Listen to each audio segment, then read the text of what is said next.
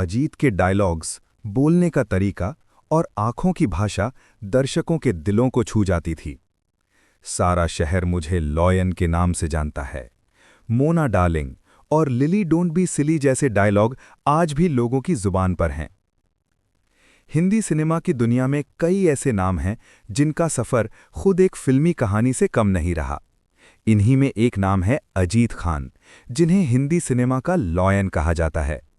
पर्दे पर रौबदार आवाज़ और आंखों में खौफ लिए खलनायक के रूप में नजर आने वाले अजीत का जीवन संघर्ष और त्याग से भरा रहा।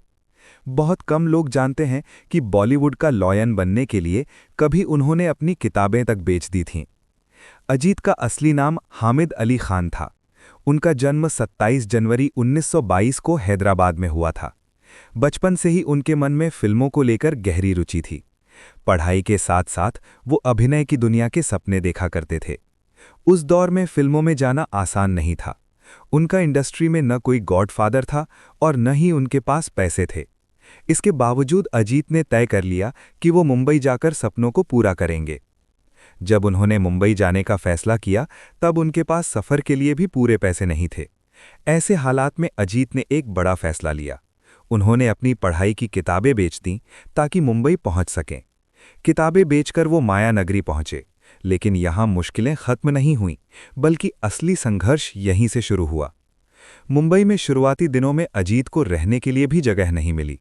रिपोर्ट्स के मुताबिक कुछ समय तक उन्हें सीमेंट की पाइपलाइन में रहना पड़ा। बड़े शहर में अकेले, बिना पैसे और पहचान के टिके रहना आसान नहीं था, लेकिन अजीत ने हार नहीं मानी। वो छोटे मोटे रोल करते रहे और इंडस्ट्री में अपनी जगह बनाने की कोशिश करते रहे। साल 1946 में अजीत को फिल्म शाह-ए-मिस्र में बतौर हीरो काम करने का मौका मिला। इसके बाद उन्होंने कई फिल्मों में मुख्य अभिनेता के तौर पर काम किया, लेकिन वो पहचान नहीं मिली जिसकी उन्हें तलाश थी। इसके बाद अजीत ने विलन के किरदारों को निभाना शुरू किया और यहीं से उनके करियर ने नया मोड़ ले लिया। विलन के रूप में अजीत ने हिंदी सिनेमा को एक नया अंदाज दिया। वो पर्दे पर शांत, स्टाइलिश और खतरनाक विलन के रूप में सामने आए। उनके डायलॉग्स, बोलने का तरीका और आंखों की भाषा दर्शकों के दिलों को छू जाती थी।